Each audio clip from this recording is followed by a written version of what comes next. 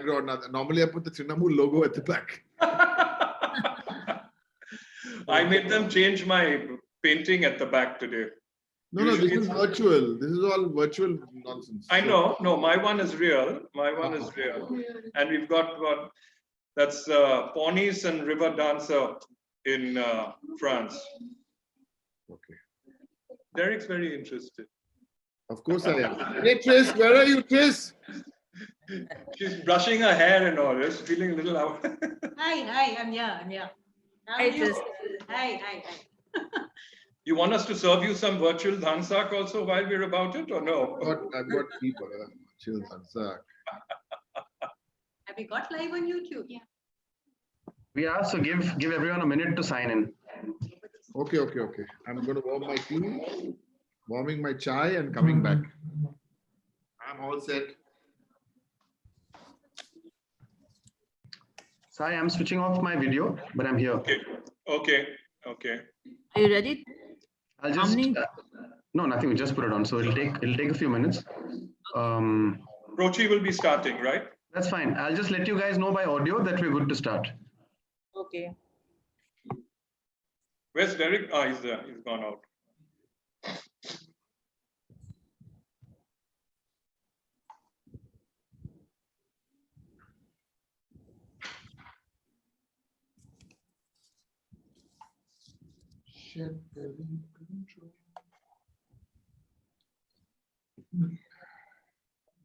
All right. Ready to roll? Ratan will let us know. Okay. He just sent out the link, no? That's it. Sure. Sai, whose was the first number you sent me? You sent me 3 numbers. First one is Parvez Captain. Yeah. Okay, fine. Second one is Nandini, and third one is Anjali Nagarwala. Okay, cool. All Foresee. David Mack, I'm sending. Oh, David hasn't logged in. Okay.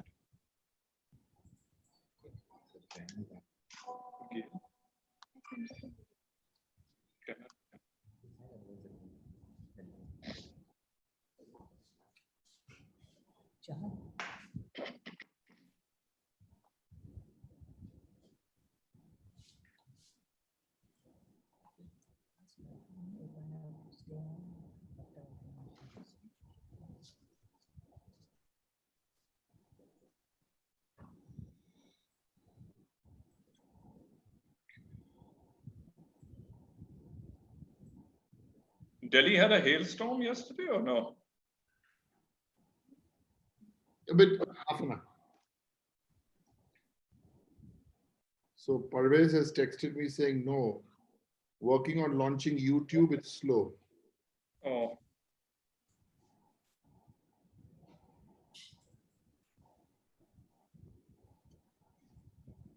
David's got it.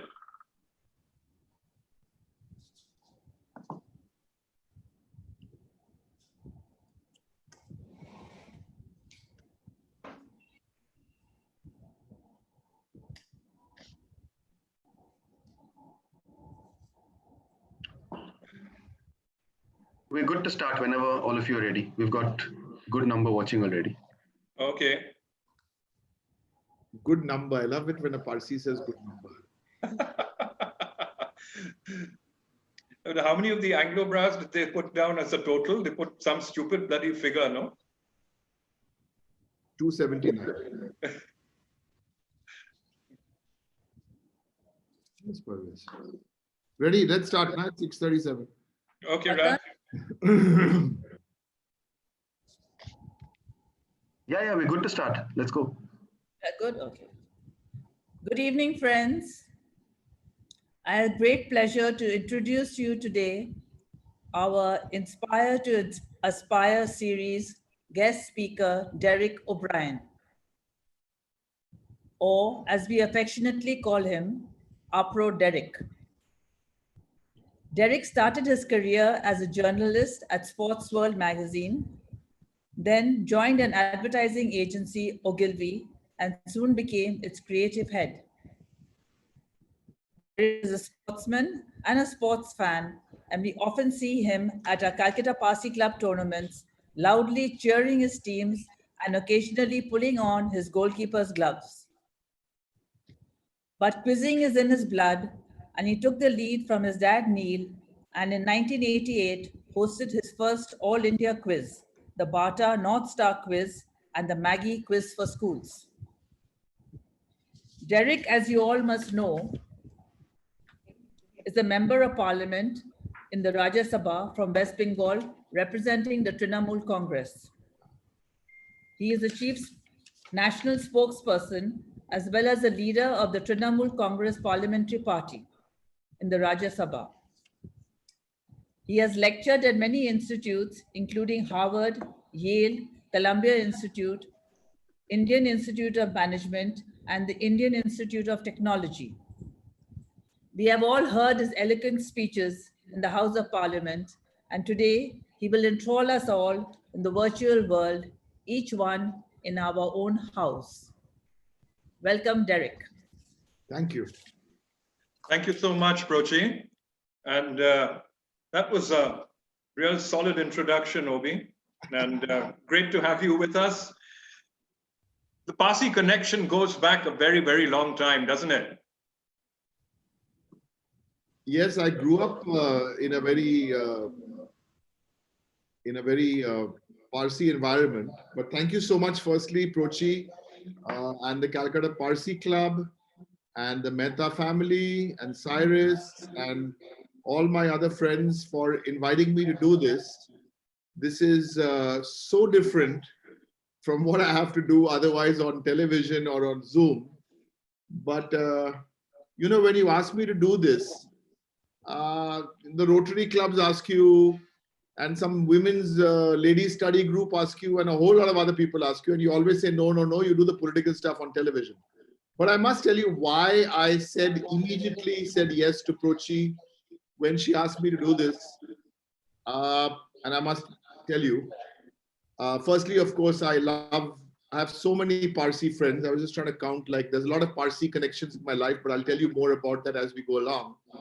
But I was looking for some way to pay tribute or to fondly remember Fali Captain and Irene Captain, who are dear, dear, I can't even call them Parvez's parents. They're like foster parents to so many of us. We grew up in their home in Park Circus. And when Prochi told me this, and I said, yes, I thought, what better way, what better fun way to pay tribute to Uncle Fali and Auntie Irene, who after so many years of happiness and married life, passed on within weeks of each other. And I'm really happy that my old friend Parvez, who we grew up with in Calcutta, is watching this program. And Parvez, we just want to tell you how much we loved your parents, or loved Uncle Fali, not even love Uncle Fali and Auntie Irene.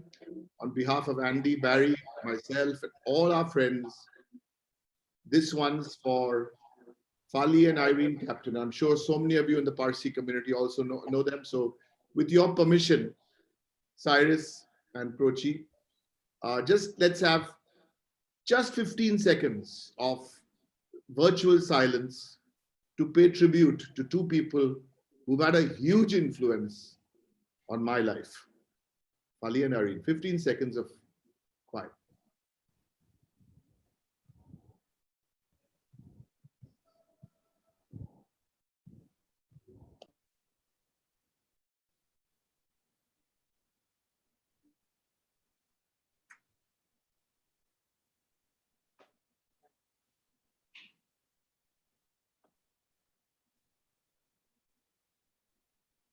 Okay, so that was Okay, in lovely.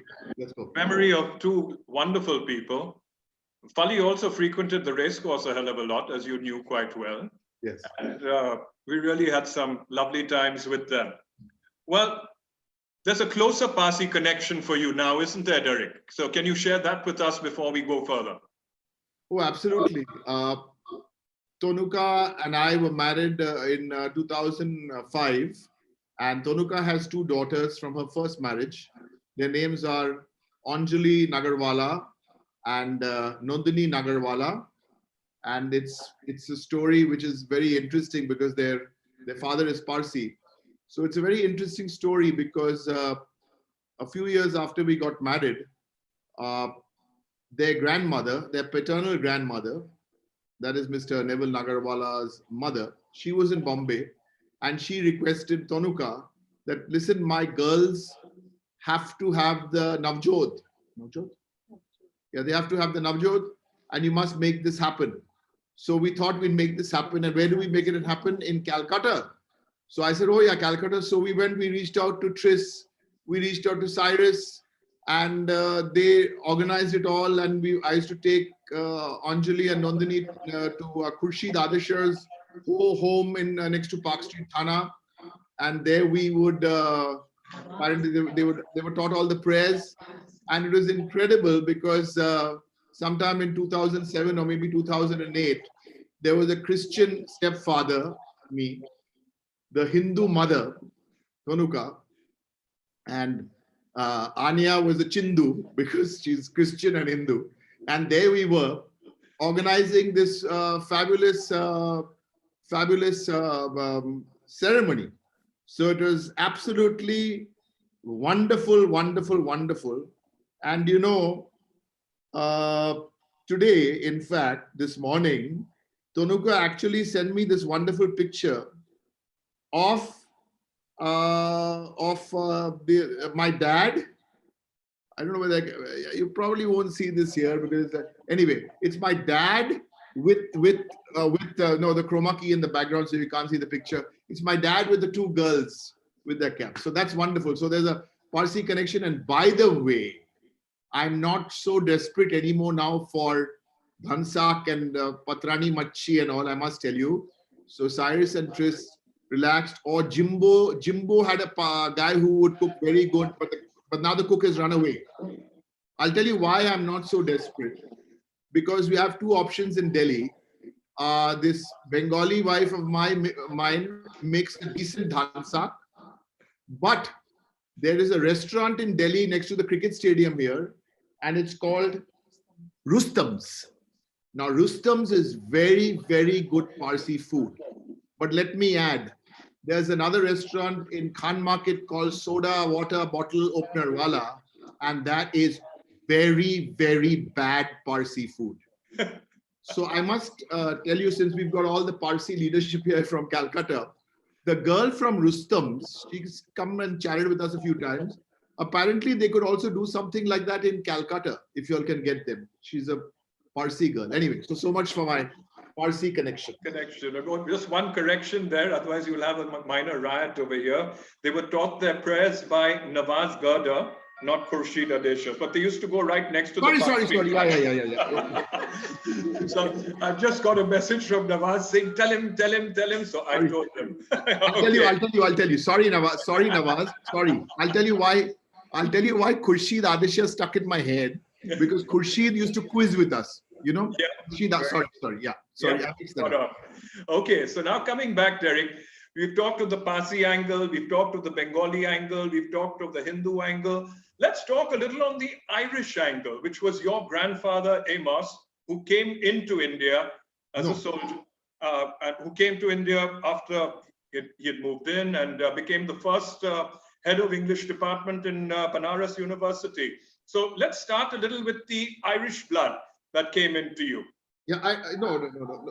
Amos actually was my grandfather. You're right, Cyrus. He was the first English head of the department of Benares Hindu University. But Amos is not he's not the white Irishman who came to India. No, he was either the Irishman who was left out in the sun for too long, but he was a dark-skinned man. It was his father. It was Amos's father who was the O'Brien. Okay. Married a Bengali Hindu woman who was a doctor. The Bengali Hindu woman converted to Christianity, married the Irishman, and they had children, and one of those children was my grandfather. That's the story. Wow. Now, if you want to know how we ended up staying in Baliganj, which is the most non-Anglo-Indian, non-Christian locality. So Amos, my grandfather's father, that is Mr. O'Brien, who came from Ireland, he died. So this Bengali lady who converted to Christianity had her sons. She was a doctor who would specialize in actually delivery of Muslim women, because she could do home delivery. And she bought this house in Baliganj, 7x2Y Jamir Lane, Baliganj. And there are so many of you on this program who I would really like to acknowledge, if you allow me to indulge. Well, there's Parvez Captain, who's watching this from the US. There's David McMahon, who's today, we made him honorary Parsi. He's watching it from Singapore. Chris Jones is from Hong Kong. Gail Rodericks, an old girlfriend of mine in class 10, is watching it from Switzerland. Yeah, so so it's wonderful. So that's where we grew up in Jamir Lane. So that's the connection. So that's why, because in fact we grew up in a Bengali. I said this once in Parliament. We grew up in a Hindu neighborhood, a Christian family growing up in a Hindu neighborhood on a street named after a Muslim, Jamir Lane. Well, those were lovely days there. But so your dad grew up there from the time he was a child, Eric. Was that correct? Yeah, he moved there when he was 4. Yeah. And what an amazing set of parents you had. I mean, Neil was an institution in himself, and your mom Joyce was an amazing lady as well. They both did so much for you all and so much for other people as well. But they must have impacted so much on you. But how did they control you guys? I mean, 3 brothers growing up together in that area, all roughly the same age, all of them absolute brats they must have been at that time. Actually, who was the disciplinarian? Actually, Cyrus, there weren't 3 of us. By the time we were about 11 or 12, there were more like 7 or 8 of us, because there was this entire DI gang. We'll come to DI because I must come to that. one point with Prochi about the DI CCFC rivalry. But there were so many of us who grew up together, and actually all our parents. And I think I don't know who's listening to your program, but this YouTube interaction. But you know, all our parents, and I think this holds good with the Parsi community also. All our parents came from pretty middle class backgrounds. You know, my dad didn't have a car till we were like in class 4 or class 5. We did maybe then. So we grew up from these very middle class backgrounds. We grew up in localities which were middle class. There were no bungalows. I'm talking about a group of us, 8, 10. We grew up where there were no, you know, bungalows or international holidays. I took my first flight when I was in college. I'd never been on an aircraft. I mean, I know some of you guys had to take planes because you were studying in the hills, but otherwise, so we grew up from these, but there was a lot of bonding. And there was a Muslim friend, there was a Parsi friend, there was a South Indian Kerala Christian guy. So there was no who you were, what your father did, what your mother did, what salary they got, what car they drove. So it is very, very interesting. And I think that was a very important part of our lives. And we, as the O'Briens, we had another advantage besides all this. We grew up in a hardcore Bengali locality. So the Bengali ethos and the Bengali culture, the Bengali language, the Bengali idiom was very much part of our DNA. I'm sure of that. That must have definitely been there. But tell us how your parents were instrumental in making you guys read, and especially the newspapers. I believe there was a nice story on that, on the newspaper reading every morning. Yeah, because it was a 2-bedroom home, a family home, 2 bedrooms, because 1 bedroom of my parents, the other bedroom, 3 of us, and the other bedroom was my great-grandmother. So 3 of us. So when we had to cross the dining room to reach the toilet, so that's the time we had something called the potty habit, Potty. So each of us, that's why some of us have early piles. I don't want to discuss people's piles, but as we grow older. But we would actually, that was the Statesman was the only paper. So we would actually you had to take the newspaper, you had to sit in the morning, 5-6 minutes, and then you'd come out, and then dad would ask you what is the headline or something like that. So that was the reading. We also did, I don't know why so many of us grew up, I'm sure lots of you as well. We read Enid Blyton for some reason. I don't know why. Five Find Outers and Secret Seven, that was it. And the other very interesting thing in our home was even before quizzing came along, because quizzing was before that, but around about 71, 72, when we were about 10 or 11, my parents came to Delhi, and that's the time we learned bridge, like as in contract bridge. So yes, it was a home where there was a lot of reading. Actually, if I were to say, Neil O'Brien gets a lot of credit, I know, for the kind of, because of his profile, etc. But take it from me, the engine room in that family was not Neil O'Brien by any stretch of imagination. He was awkward. He was sometimes mildly pompous. He was extremely academic. He was unsocial. His people skills were weak. But all of that was moved out because of this woman called Joyce, who actually came from a railway colony, like so many of our other Anglo-Indians. They came from railway colonies and they came to the big city, and they met the city boys, and then yeah. I suppose that works for so many of us. I mean, if I look at so many of the Parsi families I know, I mean, if I look at let's say Rusi, Gigi Boy and his wife, I would imagine Rusi has a role to play and his wife had a role to play, or Numi has his stuff to do and Krochi has his stuff to do. I suppose Cyrus with your parents, I think it kind of balances out with most families where the father and the mother both have a different role to play. Great. So now let's move on Becoming to too bloody Parsi. I hope this is not becoming too bloody philosophical, man. who's becoming philosophical. We're enjoying I ourselves think listening to this. philosophical because I'm not used to doing this at all. I'm only into bloody blasting Amit Shah and Modi, dang, dang, dang. So maybe I'll become less.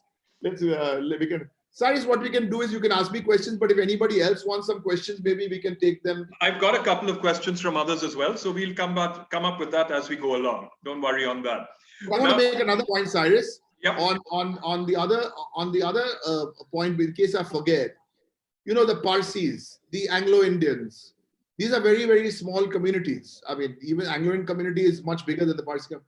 But I think the great thing about this community, even the numbers we have, and you cannot compare the Parsis and the Anglo-Indians because the Parsis are just too far advanced in terms of per capita, in terms of the way they run their business. So you can't compare the two communities. But I think where the common factor is, and I think that's a common factor, in different ways, as a community, like they are very proud of the community. I think that's the one thing which I find. I say, every community is proud, no, but like today, you guys are having this. I'm told the Anglo-Indian Association with their 120,000 members, they apparently have these kind of events like this, which I think is great. Thank you. Thanks. So just a quick jump, Derek, to the school days. And Xavier's right through most of the time, small school and big school. Any thoughts of what happened in small school? Any of the things you remember that took place besides, of course, going to the prefect's place to get strapped? But which of the teachers that you really remember? And then on to the big school where we all met up and we were together. But let's start with primary school. Cyrus, how many young boys and girls watching this program below the age of, let's say, 25? No, today. Mainly very few. Our average age, I think, would be of about 60, so don't worry. No, but today, are there any young boys and girls watching this program? Oh, yes. Oh, yeah. I know it's not the nice, sexy thing to say, okay? I'm not nostalgic about school at all. Yes, I did have the happy moments. I was in the school football team and I was the captain, and I was the school cricket team because my friend got me into the team. And I was a school basketball captain and I was pretty good in elocution and I won a couple of prizes for English essays. But school life for me was mixed because I think it helped me a lot because I had two, perhaps, of the happiest years of my school life was not in St. Xavier's, Calcutta, was actually in St. Columbus, Delhi. Because I think there I got a chance to blossom and do kind of stuff. I've had I think everybody has failure in their life. Every one of us. It depends when you have it. And I had two failures in my life early. One was in class 8 when I was asked to repeat the class. And another one was in class 12, after class 12, when I didn't get, now I talk about it, now St. Xavier's invites me to be, that's all different. But in class 12, after all those years in St. Xavier's and doing the kind of decent stuff, and I was never in the top 20, and I used to fail in math and science, but do very well in the art subjects. And my mom would always say, don't worry, once these subjects finish, Baba, you're the best. I said, okay. I thought it was a mom. So class 8, I failed. And it's not a very nice thing to feel, because my younger brother, Andy, was 1 year junior to me. So we were in the same class. And I remember that day when we walked into the same class in class 8. Oh boy. And then in class 12, after class 12, when I applied for admission into St. Xavier's College for English honors, my name wasn't on the board. But that's a long story. But my name wasn't on the board because of some khunnas with my father had with some priest there, but may both their souls rest in peace. So I'm afraid, Cyrus, I know it's a nice, sweet thing to say that school days were nostalgic and oh, wah, wah.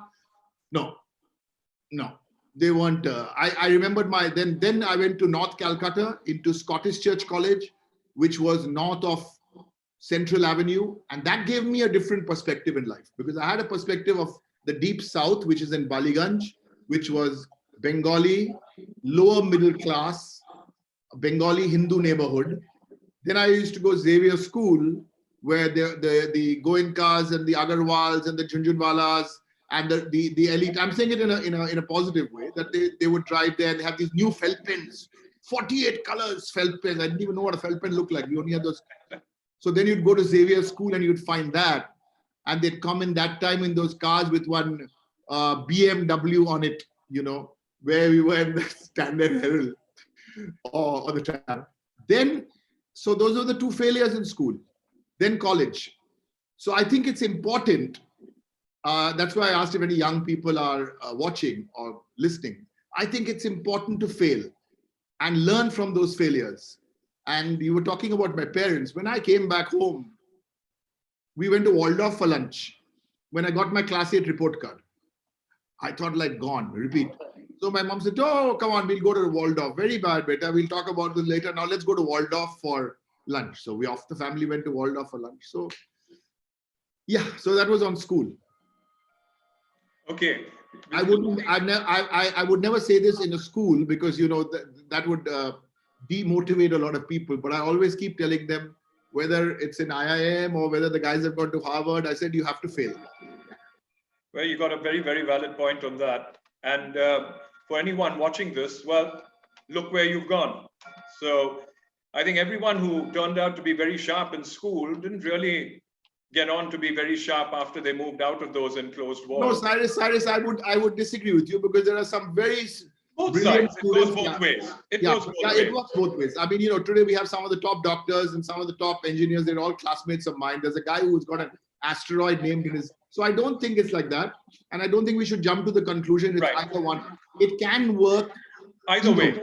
Yeah. It goes either way. Yeah. We've got a quick in from Parvez Captain saying that Uncle Neil and Auntie Joyce were very special people, and my second parents as well. May my parents and them rest in peace. So that's from Parvez. Thank you, Parvez. Lovely having you with us. A quick question for you, Derek. This is from Aban Confectioner. She says she loves the virtual background which you've got and you're sitting in front of. And Metropolitan building looks fantastic, but spoilt and ruined by that huge building coming up just behind.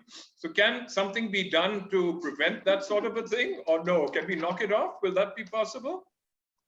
Yeah, I think Aban has a very wonderful point. And in fact, this is where the balance has to be struck, because the city can do what it can to prevent its own buildings. But I can't go to the city, cannot, as in government, cannot go to somebody who owns property and within the rules wants to develop that property. But the metropolitan building which Aban is talking about, she's absolutely right, that was in complete shambles. It's now been done. So I think this is where we have to find the balance. And I'm afraid this is where the public and the private sector will never merge, because if it's my property and if it's my 15 acres, 15 kathas, it doesn't matter. As long as it's not a heritage building, I can do whatever I want with it. So that's where the state cannot interfere, unless, of course, it's a heritage or there's some cultural heritage. Otherwise, right?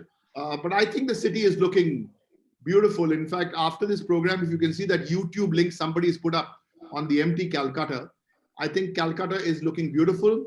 And I think for those of you who are watching this program who are not in Calcutta, the biggest change for me in Calcutta personally, since I am in public life, is that the one thing we want to change and work towards is removing those open vats. There were hundreds of open vats. There are still a few left, but so far now we all have those new generation keep Calcutta clean vats. Absolutely. We're really looking forward to that. You talked about a little about writing poetry as well many years back. You still writing it? Because we've got an old friend of yours who's asking you that question. Whether I write poetry. the old friend mustn't hide her identity. Yeah, that's my old friend Gail. That's my old friend Gail Rodrigues, who's now. Well, you always were a good bloody detective, yeah. So you've got it. Okay. Yeah, Gail is now in Zurich, or in. I think her husband was an expat who came to Calcutta to I think was with an aviation engineer, for Deepak Khaitan, Cyrus. Wow. So Gail asked, what does Gail ask? Whether I do poetry? Well, I must tell you then the update, because I read Tonuka some poems and she said, if these were, because I can't find the kata, the exercise book, I don't know. But when I was reading the poem, Tonuka said, is this the poem? This is like bad poetry. But I was actually under a spell. This was class 10, 11, 12. I was under a spell of this poet. You all must have heard of him. He's a poet, he's a writer, he's a journalist, especially if you're over 45, you know him. Pritish Nonde. So Pritish, now that's some gossip. Pritish was dating Malika Sarabhai, engaged to be married. And they were this, in this passionate public romance, which in the 1970s was quite a thing. And then he wrote a book of poems, So I would take Pritish that. Now I still talk to Pritish. I say, Pritish that he gets very kind of chuffed when I thought. Suddenly he'll call up for some political saying, Derek, we could do that in Bengal. I said, wait, Pritish da, wait. Let me recite. When you cross the bustling main street of Neverland, you reach a lonesome sand strip called the Never. These are all Pritish's poems. So I would kind of copy him, mimic him, and try to write some poems. But hasn't gone down too well with Dr. Tonuka Basu, whose friends, among others, are all these Booker winners and these Pulitzer winners and that kind of thing. So Anglo poems, yeah, fun. Okay. Gail to ask that. Nice. So Gail, we hope we didn't embarrass you too much with that. But now coming into your DI days, you've grown up there. That's where your friendships and everything was formed, and where your friends are still together with the bonds you forged at that time. Tell us a little about DI when you started going there, a little about Dad when he had the first All India Open quiz in 1967. You were just 6 years old. Must have had a big impact on you. I say partly really structured this very, very well. Huh? The way you're going with like, tak, tak, tak, I'm loving it. Yeah, but we were never a kind of a quizzing family with GK and, nerdy and Dilton Doyle. No, we were never like that. The funniest part of it all is my dad was always more interested that when did we get into the school football team and how was the match and how was this? And it's my mom who wasn't master's economics. She did her class 10. She was more interested in the academics. But yes, I think I still remember the day Cyrus went off. Hello, Sai, are you there? Yeah. Yeah. Just a minute. I still remember the day distinctly, November 1967. I was 6 years old, and I remember Neil O'Brien carrying this. I was carrying this just to feel important. I was only 6 or 7, 6, carrying this this Britannia box with those quiz questions in it, and going to Christ the King. Yeah, so those were happy days. DI was, those were, what do I say? I still get emotional actually as you get older, because those are precious, priceless bonds. Absolutely. Well, we loved those days there as well. I enjoyed myself with you guys too. So that was really great fun to be there. And now to move on. Cyrus, can I make one more point on the DI, if you don't mind? The DI, we keep calling it Anglo-Indian, or originally Anglo-Indian Club, now Cosmopolitan Club, but I can tell you something. The Parsi community in DI has always been overrepresented compared to the numbers. Let me give you a stat. There are only about 47 to 50 Parsi members in DI. That's a big number of members. But treasurer, long ago there was a guy called Ratan Bilamoria. I don't know where Ratan, I think, is in Canada. Ratan and Shireen Bilamoria. Bangalore. He's in Bangalore now? I think so. Yeah. Okay, I don't know. Ratan and Shireen Bilamoria. Then, before Ratan Bilamoria, the one and the only, he was treasurer, he was everything. Fachar, we used to call him Uncle Fali Captain. He was an institution. He was like, so Fali Captain first, then Fali's little boy was this Ratan Bilamoria. Then they were all in the committee, club committee. Then, of course, there was Parvez. Then there was the Rusi Gigi boy, became president of DI. You know, I must tell you a story about Rusi Gigi boy, in fact. And the Darius Nasarwanji, may his soul rest in peace. Darius. Now, Rusi Gigi boy, I remember once, long years ago, we had an election. So we were making calls, and you call this one. That time, now DI doesn't have an election. No election in DI. It's a democratic dictatorship. No, I'm Nicely put. way, because it's a truly cosmopolitan club, and now everybody's together on this. Doesn't matter whether you're Hindu, Muslim, Christian, Parsi, nothing. So Rusi Gigi boy was fighting this big election, and no one knew Rusi in the club. So we're all doing our list, and Rusi proudly says, I will get every Parsi to come and vote. Write down the names. 46 Parsis. That's the time I got to know. I said, there were 46 Parsi members in DI. Then Darius Nusarwanji, he was the treasurer of DI for many years. Then there was a tennis player, Sarosh Tangdi. Then there was the couple who would live in Mayfair. I forget their names. Tall gentleman. I forget his name. Yeah, so lots of Parsi members in DI. Yeah. So that must have been some great times there growing up in DI. But a quick thing now to your professional career. After moving out, the first thing you went into was sports world. Am I right? Well, let me tell you another. Since we were talking about failure, I finished one failure, which is class 8. Then I told you about class 12 when I didn't get into Xavier. Then I went to Scottish Church. So after Scottish Church, when I was in first year of Scottish Church, second year of Scottish Church, what a coincidence. David McMahon is here in Singapore, and David, you're tuned in. So hi, David. Lots of love.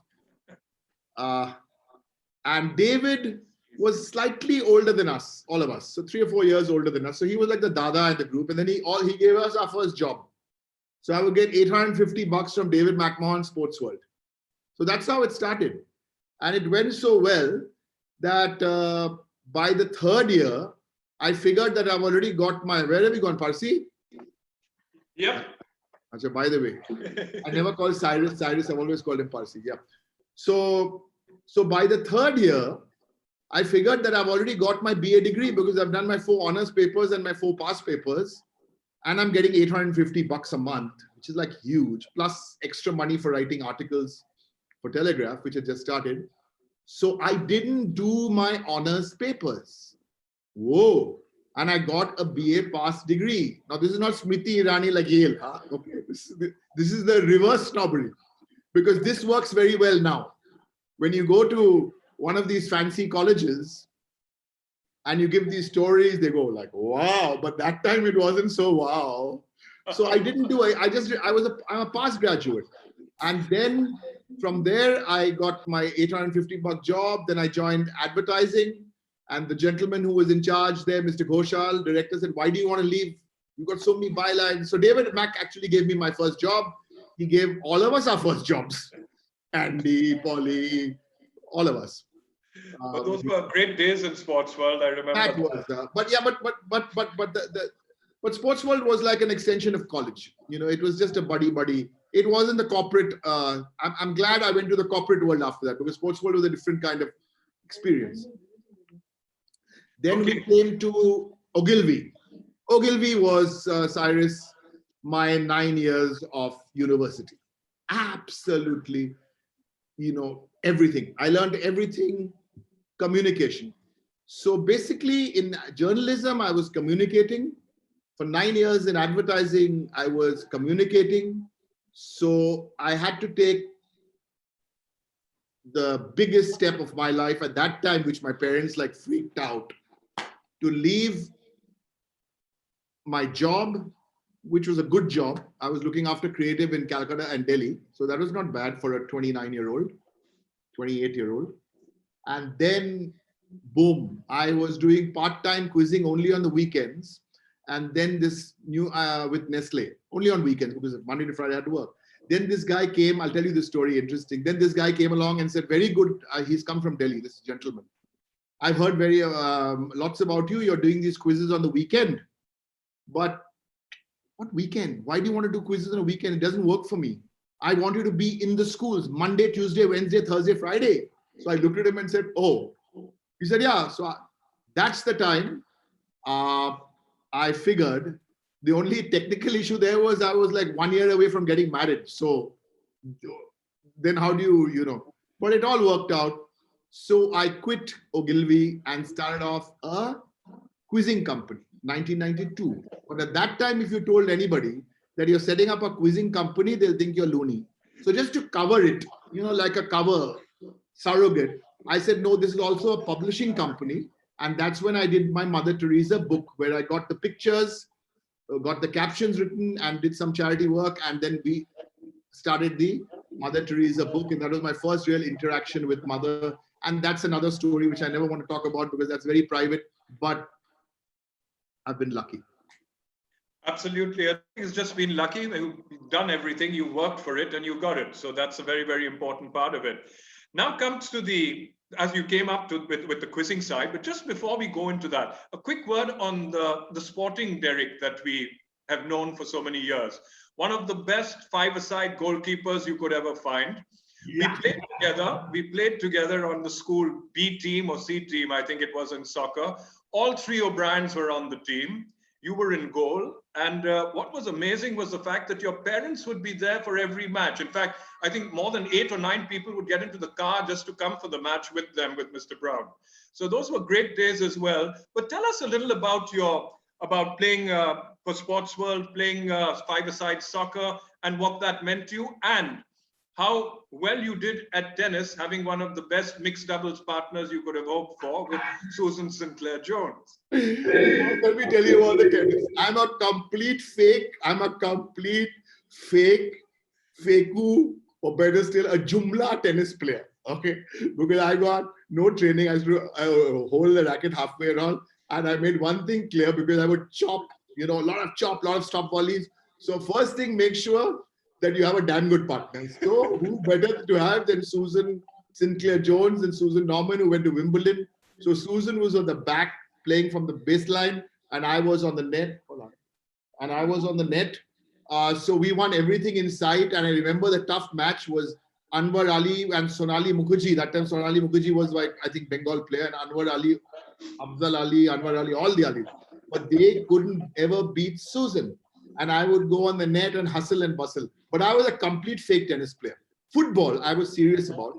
In fact, after class 11 and 12, when I was in the school team and all that, I really considered, when I went to college, I really considered playing serious football. And at that time, he was lesser known as a cricket administrator also, but he used to also run Rajasthan Football Club, I remember.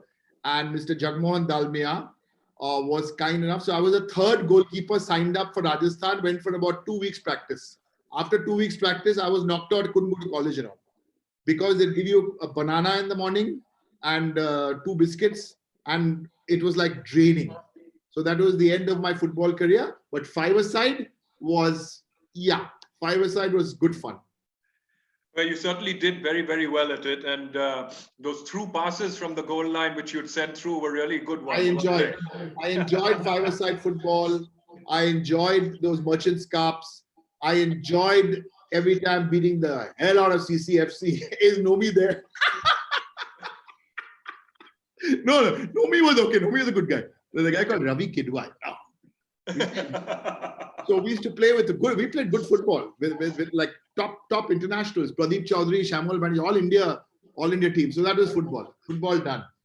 And that was fun. God, such a nostalgic, this is like wonderful. So from Thank you, Prochi. Thank you, Prochi, for, I never ever get a chance to do something like this. Every time you're on, last time I was on television and I called Anya and Tanuka are my biggest critics. But if your daughter is not a critic, then who is? And your wife. As soon as I finished, I did such a lovely 11-minute interview, one-on-one on India Today. But in the last 30 seconds, I lost it and I called the guy because I called the previous spokesperson. I called him a pipsqueak. Yeah, pipsqueak. And Anya said, Baba, how can you do that? And Tanuka said, so this is like totally relaxed. By the way, I'm in Delhi, even though this picture is from Cal. It's lovely out here. It's about the only place you can go walking, because if there's no MPs here, all their staff are only here. They've all disappeared. MPs were given 48 hours to fly back. Yes. And migrant workers were not given 4 hours to board the train. Shame. But anyway, sorry. That was... No issue. No, but what we wanted to come in with was, this is not Republic, and we're not saying the nation wants to know. This is what the Parsis want to know. So that's what we're asking you today. Nice.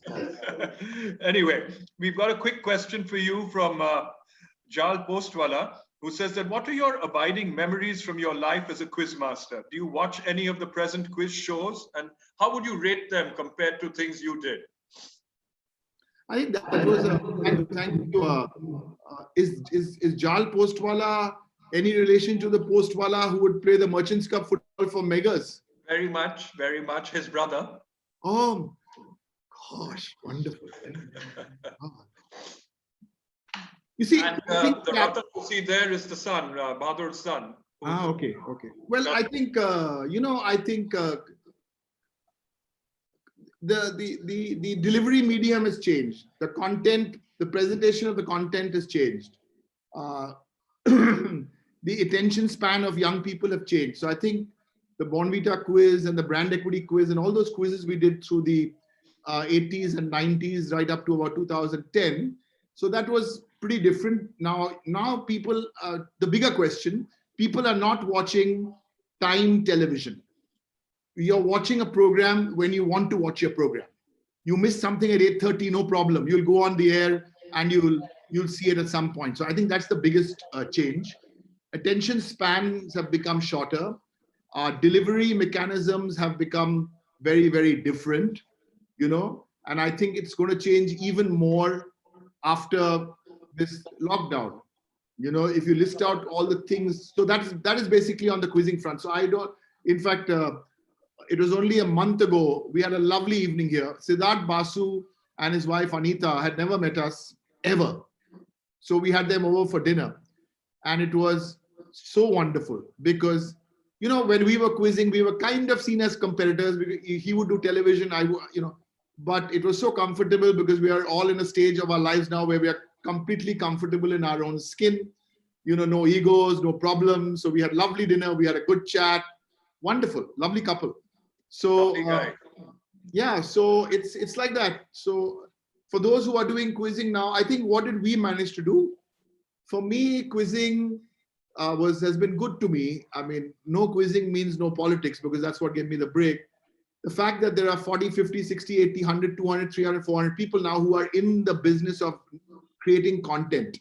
So that's the game today. You got to create content. So that's what people are doing, Mr. Postwala. But quizzing is Otherwise, in Calcutta and the other thing, it's some nostalgia game now, going nowhere. You walked off with the winning award for best anchor of a game show how many years in a row? So you certainly knew what you were doing when you were doing it, weren't you? You see, Cyrus, it's interesting that I can't talk about that, but I did win it for 3 years in a row. And I never won it after that, simply because, and I'm very proud of the fact, I won it for 3 years in a row. Yes, and that I didn't realize how big it was at that time, the Indian Television Academy Award, to win it 3 years. Yeah, but after that, and Mr. Bachchan won it for many years because he was doing KBC. So now, coincidentally, Jayadi, Mrs. Jaya Bachchan, is a Rajya Sabha MP and one of those people who you can spend a lot of time with. Now she's, for example, in Delhi alone because her family is there. So I keep telling these stories to them that, not bad. Huh? After that, Mr. Bachchan won it. Yeah, but those were good days. Television, again, there also going back to Mr. Postwala's question, there was 1 or 2 cable networks, a satellite network, only 1 or 2. So that's why we could, and those were the same networks which were shown all over the Gulf. So we would go flying around the Gulf. So I think these are different stages. And I think where I've managed, I moved on to something before that something, the old something has become irrelevant. So for politics also, I hope it's the same. I don't want to be going to parliament when I'm 75, and Now in parliament, they think I'm a teenager because if you're in parliament in your 50s, then they say, bah. So I think you move on. So advertising was good, learned, moved on, journalism, but the principle is the same, communicate. That's the basic principle. But as you get older, and this is what to me has made a big difference in my life, certainly in the last maybe 1-2 years, I am doing the stuff I really want to do. Like my friends David and Wendy came and spent 1 week with me in Cal. We didn't do anything else. We just sat and we chilled out. That's the way we want to do this. Otherwise, like today, there's no agenda for this conversation. I'm not selling you a book. I'm not asking you for a vote.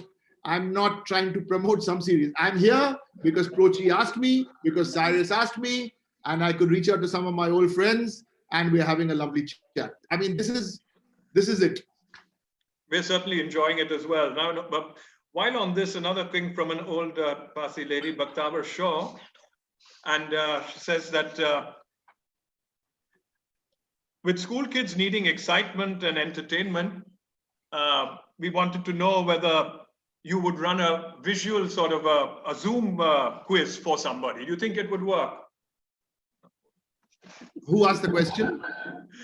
This is from Bakhtavar Shaw, and I mixed her up with someone. So it's not the old Bakhtavar Shaw, it's a young lady named Bakhtavar Shaw. If it's a young lady, then maybe see Miss Bakhtavar Shaw. Is Jaru joined? Where is Tanuka? We've not seen her. Is she sitting behind you or no? No, Tanuka is here. And in fact, Tanuka texted her friend Jaru to join this. Now, Tanuka, put up a chair here. Tanuka will be here in 2 minutes. Yeah. It's incredible. It's incredible that this lady has asked me this question. It's freaky. It's beyond coincidental. This morning and yesterday morning, for 2.5 hours, because Anya is here, and Anya is a trained master's degree in television production. So Anya is here. My team is in Calcutta, and believe me, Cyrus, for the last 2 days, I can't believe that. That's why I'm saying this lady asked the question. For the last 2 days, we've been working on this new show. It's got nothing to do. It's a show where the packaging for young people it's short. I don't want to say too much about it, but it's 5 or 6 minutes, and it's this content. And someone has asked me this question. Wow. Okay, Tanuka's here. Hi, Tanuka. Welcome. Nice to see you. Interesting conversation. It's going well so far. Okay, shoot. So anyway, coming out of that, Derek, now let's move into, you had everything going, everything was running right. Derek O'Brien Associates was doing well. What prompted you then to move to politics? This was the question that came from Kushnum Ibara. Yeah, this is the question which in fact is, I'll tell you. When I went and told my parents, Numazar!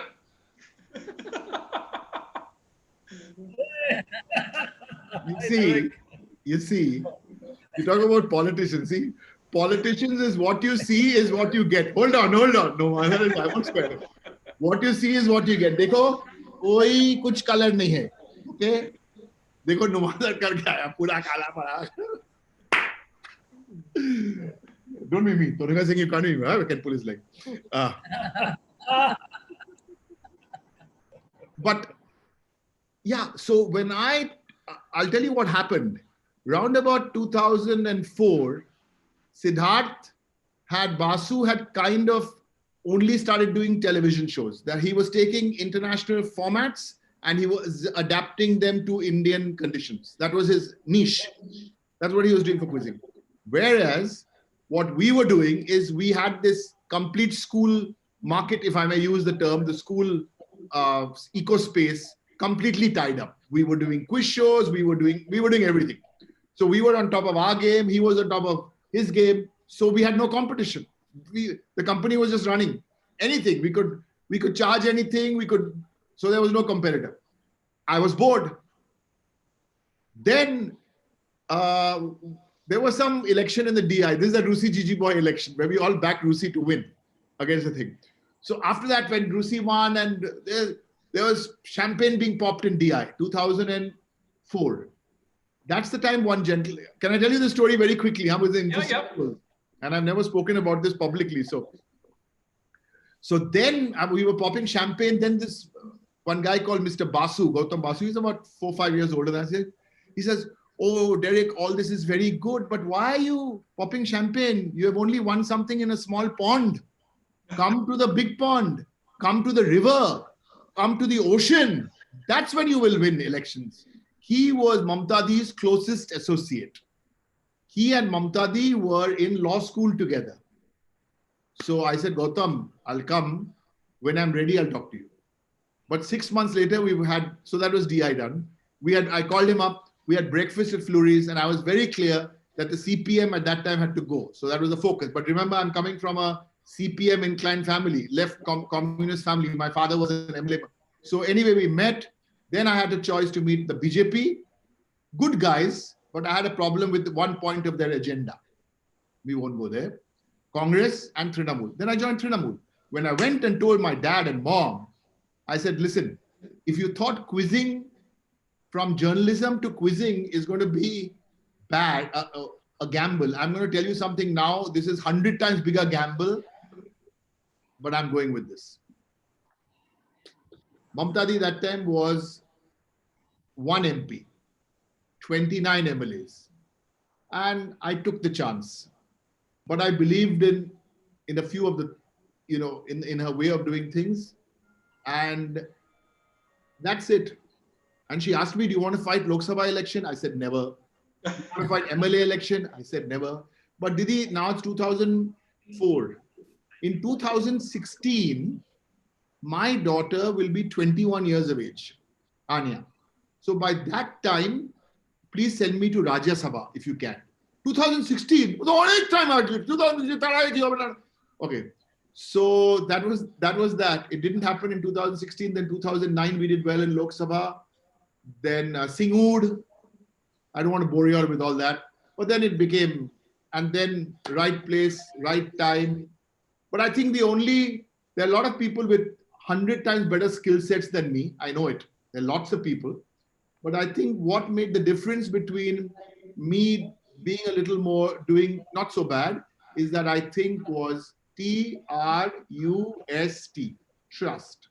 If a politician and a mass leader trusts you, then everything else, skill is available. You get the IITs and Harvards and all of the merchant bankers, and they want to leave their career. All that is fine. It's trust, because when you're in parliament and you're taking a call and you're alone, you have a team there. So then I got lucky. Okay, a quick question now from Rian Vatsha, who says that what would be your advice for a young person interested in joining politics in India? Yeah, I'll answer the question. Cyrus, I'm gonna. When do you want to wrap this up? It's 7. We've been going for a little Got under another, up to you. We're comfortable. We're enjoying it. Okay. If you've got dinner coming up and Tanuka's got it in the oven, then you better close up. No dinner now. We are going outside for a walk, but the walk is at 8 o'clock, so we'll do the walk. Private. So we'll keep it for another 10, 12, 10 Yeah, I'm 15 game. minutes. Okay, done. David, are you there? Parvez, are you there? I'm sure they will be. Yeah. Good. No, our girls, Nandini and Anjali Tanuka's girls are sleeping in Boston. We'll get them. We'll ask them to. This will be up on YouTube. It should be. I'll have to check that with Ratan, and he'll give you the link so you'll know how to do it. So Indian joining politics. Yeah. I think the straight answer to that is you have to test it out on your own. A great place to start with any kind of public service is in school. So I don't know the age of the boy or the girl who's asked me this question. So if you are still in school, like I was the class rep for class 12 in Xavier's. That's how I actually started. If you can't do that, then try do something in college or in your building. If the building doesn't work, that is the kind of places where you have to start. Even if it's in a multi-storied building, somebody becomes a secretary. That's the way you get a feel. Then I know there's a middle-aged illness among all men in Calcutta. The definition being you have to be over 50, little bored with your wife, little bored with your business. Then you join the committees in the various clubs in Calcutta. So these are the ways to, sorry, I'm being so facetious, but these are different ways. But on a serious note, I think for young people like us, I would say I'm not young, but person asking the question, it would be better if you join not in the public space, but more in the policy research space. There are lots of bright young boys and girls who work with us, in fact.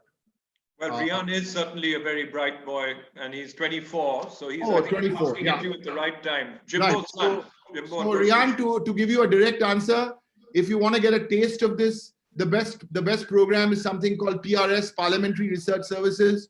About 2,000 boys and girls apply. 45 are chosen to work with MPs. That's the program you should check out. I've had some of the best boys and girls. So 45 of us get a chance to work with these guys. And then a question from Manoj Sivaya. He's someone with Parsi roots in Calcutta, has a manufacturing unit in West Bengal, lives in Gujarat, wants to set up more businesses in Bengal. And he was asking, he says, why can't Bengal give subsidies in the form of capital or interest subsidy to lure businesses to come to West Bengal, like states do in Gujarat, Maharashtra? So, I don't want to talk too much about the Gujarat model because we don't want to go there. But Bengal, if it comes to MSME, and I'm just making an assumption that the gentleman asking the question is asking me about MSME. Bengal is the #1 state for MSME in the country. Why do I say this? Because bank lending, bank credit, #1 state for bringing banks lending money is West Bengal. So please check out the AGA Bangla website, the Government of Bengal website. That's the best way to go. By the way, since you asked me that question, let me also clarify. Trinamool is a party where we don't have party influence in government. I have nothing to do with West Bengal government, nothing. My job is the party and its organization. My job is parliament. There are other people who run the West Bengal government. It works. Okay. A quick question from Ratan Postwala now. And he says, you once attended the UN General Assembly session as one of 2 parliamentary representatives from India. What was the experience like? Are nations as united as the name suggests? And why is the UN not playing a kind of a lead role today in the face of the global pandemic? Well, the second part, I'll answer the second part first. Why is the UN playing a role? Whether the WHO messed up, how much did they mess up? I think that's another story after we get over this. I think that's a very, very valid question which you've raised. There's no short Zoom interview answer for this. On the first part, since you asked me, I've been on stage and I've been blessed because of having an opportunity to, I mean, I can't sometimes believe it. If I tell Parvez or David Mack or Chris Jones or any of these guys that listen, or Polly was also online from Singapore, he just sent me a WhatsApp that, I'm going to go and give Gyan at Harvard and Yale and MIT and Columbia and the UN General Assembly. By the way, Mr. Postwala, since you asked the question, there is the UN General Assembly, which is the main hall, and then there are 6 committee rooms. So normally all these parliamentary delegations do go to only the committee rooms, which itself is big. You don't go to the General Assembly and actually deliver. That's where, Mandela went and, Obama went. So I was so lucky, again, luck, because 8 of us were in the delegation. Only 3 of us landed up there.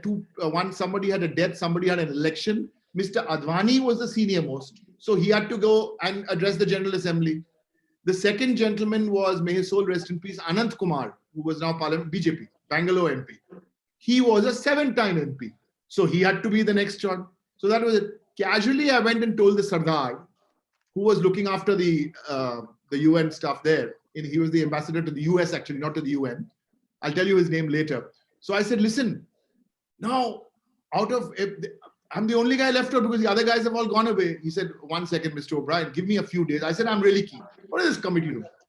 He called me up and he said, done, Mr. Advani spoken, Mr. Anand Kumar, day after tomorrow, they've given you 12 minutes for India. Boy, Cyrus, it was like, man, mind-blowing. Now I can die in peace because I went to the UN. It is like wonderful. Now, who is the guy? Who is the Sardarji?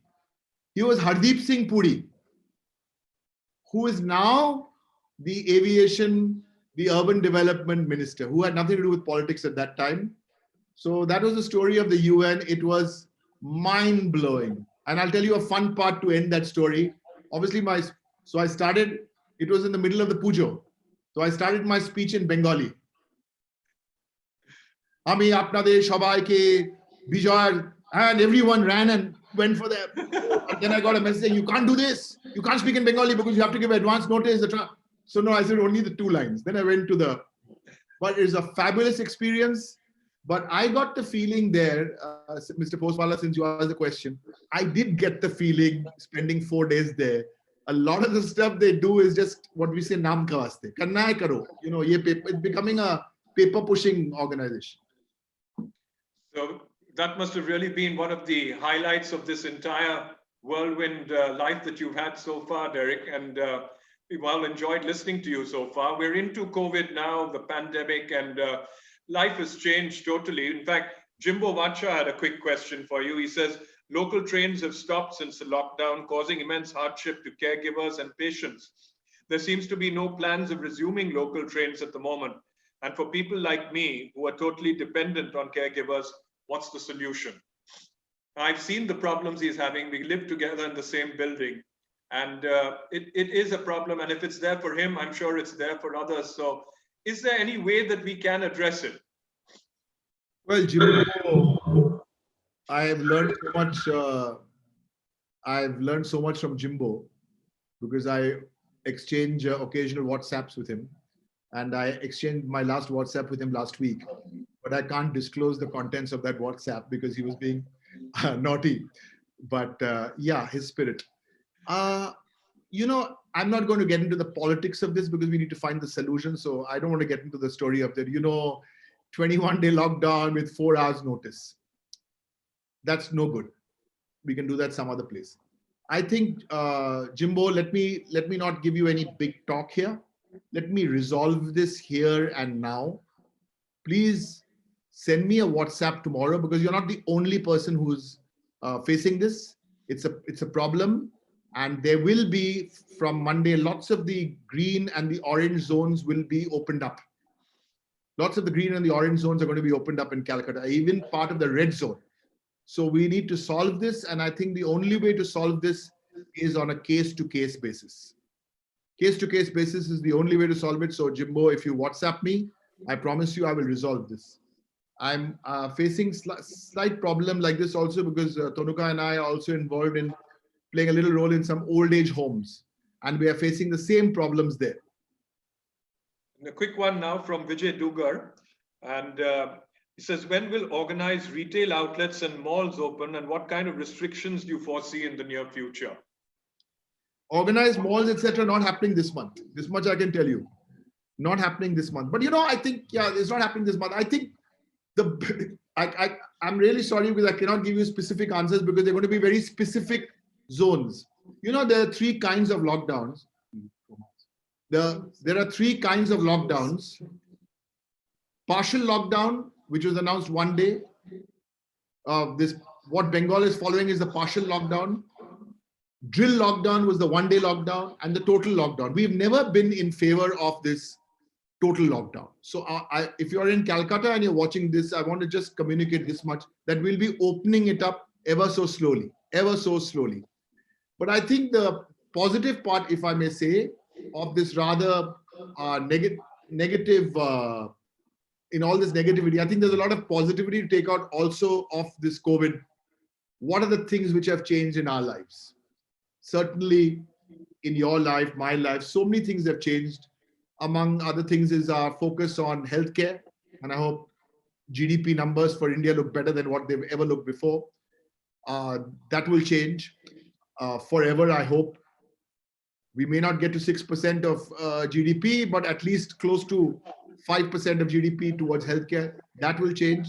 The way we run our government hospitals is going to change because now there are some good pictures coming out of that government hospitals, some good pictures. I think how we do our charity is going to change. I don't need to give Parsi community any lectures about charity because I go to every platform I can and I say, if you want to learn how to take care of your senior citizens, learn from the Parsi community. I wish all communities could learn from you guys. I think the way we worship is going to change. Worship is going to become a lot more private, less public. We don't have to go to church on Sunday or maybe go to the fire temple. You can actually, do it online. So many things are going to change. I remember 1929, after the Depression, some of the biggest innovations of the 20th century came after the 1929 Depression. The ballpoint pen came after the Depression. Nylon was a result of the Depression.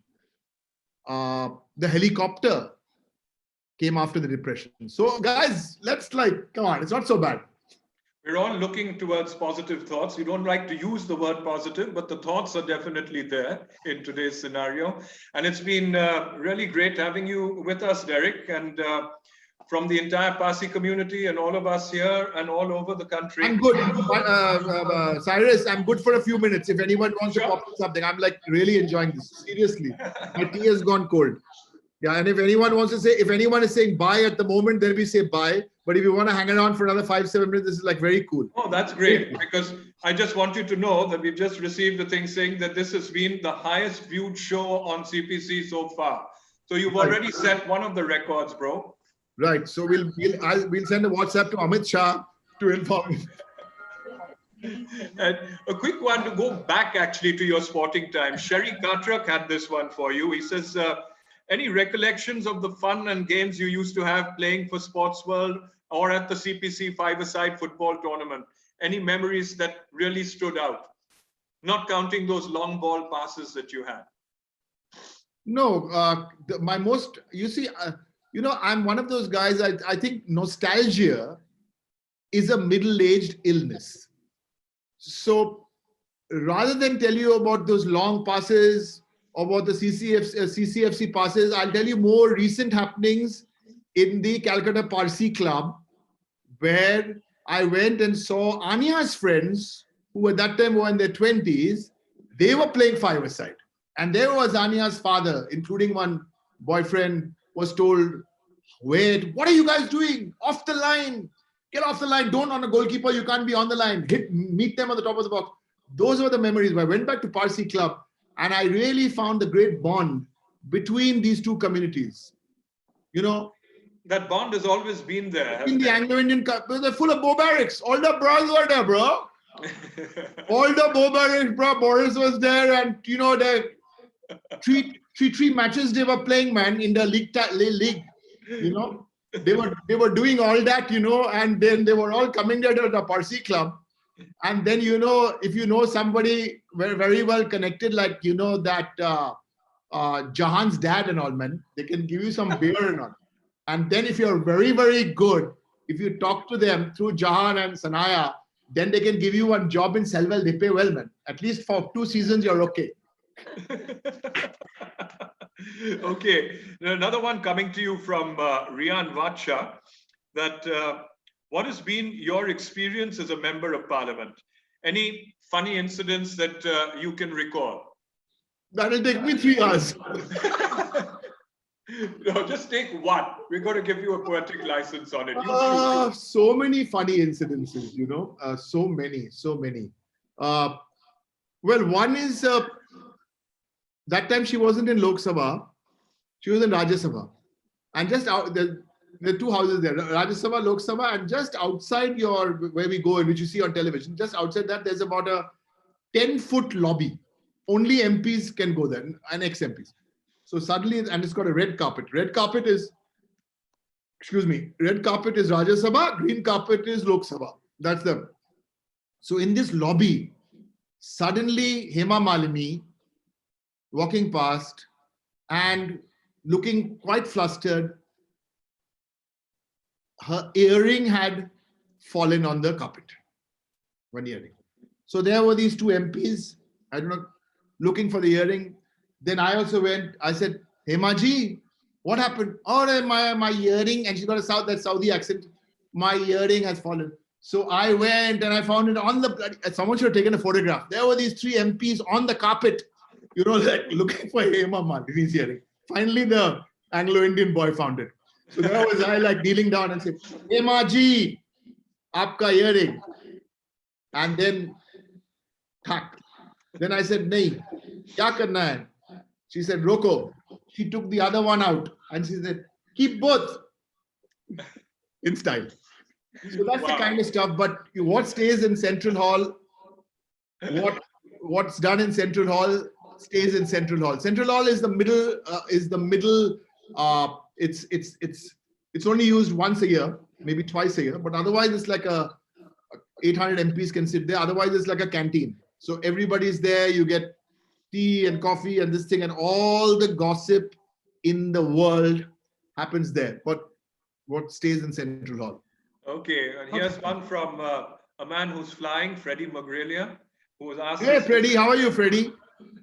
And he says, do you think it's worth saving? Are you in favor of selling Air India? Freddie knows the answer very well. Freddie knows the answer very well. No, not at all. No. I mean, I think testimony to this is, look what these guys have done in the last 2 months. So we need to find ways to make it more profitable. We need to find ways to make it more, as a good business proposition. Like I didn't hear the press conference today of Nirmala also, because now I heard, what about Air India? Now there's also 75% sale in defense and in space research. So no. I know there's a counter argument, but we are very clear, no. Okay, this is from Jahan Mehta. He says, why do we have such interesting leaders, in inverted commas, heading countries today, North Korea, USA? Crazy leaders and crazy times. Would there be a worse time to pick them up? That's a cynical way of looking at it. So I'm not going to go there and get drawn into Jahan's bait. I'd rather look at it in a more positive way and say, look at these 6 lovely ladies who are doing such a good job in A, New Zealand, B, Holland, I think, Germany, a couple of other European countries, and in Bengal. So it's the 6 ladies who are hitting it out of the park. So maybe that's the positive way of looking at Jahan. At the end of it all, what better way? I can assure you with confidence that the Calcutta Parsi Club, with its first woman president, will do more for the club than anybody in the past. This much I'm absolutely sure about. I looked at and I was telling Donuka, I looked at the kind of people you'll have had on the show. I found that out later. You know, people are like, I saw the list of people haven't come here for any agenda. They've come here only for one reason. And you guys must know this. The love, the respect, and the awe in which all of us have for your community. There's love, there's respect, and there's awe. There may be other words also, but this is wonderful to hear that, Derek, and really boosts our ego to a huge extent. We're going to be doing at least we're trying to do another Zoom play on from CPC, and it's a takeoff on Mind Your Language, where one of the lead characters I've got playing as Anglo, with an Anglo accent. So he's asking, he says, who better to ask than O'Brien and OB as to what would be the 3 best phrases that the Anglo bra would use when he's addressing someone? Not counting the abusive side of it, but counting the nice side of it. First phrase Anglo bra would ever use is bra. Bra. Okay. Bra. First would be bra. Then the other one would be all tic men, all tic tac. See, but we have to understand this is very interesting. Huh? That Anglo-Indian and today's Anglo-Indian have changed. I can tell you, the boys and girls I'm meeting today from the Anglo-Indian community, they speak straight, they know a local language, they are minimum graduate. So there's a caricature of the community which is different. Barry, who heads the community with his 1 lakh something members, not 279 as the government have told us, he invited me to this a youth movement of the Anglo-Indian community. You know, Prochi, know me. I was swept off my feet. These guys are like HR doing this thing, that thing, you know, so they're doing very well. So I think there is a caricature, but my way of looking at it is there were between 1947 and 1970, first 20 years after independence, there are people who wanted to go. Like, that's the first category. We want to go. Then there were the next category who kind of thought they would do well. I mean, David McMahon didn't get his job because he was Anglo-Indian and running Sports World. He got it because of his merit. And now those who are here, and I think all those who went at that time, I think between 1985 and 2000, went for their kids. And then now the current lot, they don't want to go, they're here. So I'll send you some Anglo-Indian expressions. Great, we'll pass that on. And when the Zoom play does finally get on screen, we'll send you a link so you can have a look at it. Well, we've had a great time with Derek and Tanuka. Lovely seeing you there as well. And thank you so much for being with us. I've certainly enjoyed hosting this, and I hope you've enjoyed coming forth. We really loved having you, and I'm sure everyone else did. We've got the highest membership or the highest viewership on record for this show, and that's going to take some beating. So thank you very, very much, Derek. On behalf of all of us at Foresee Club, all over the world, all of them watching this, thank you for being with us. Good night.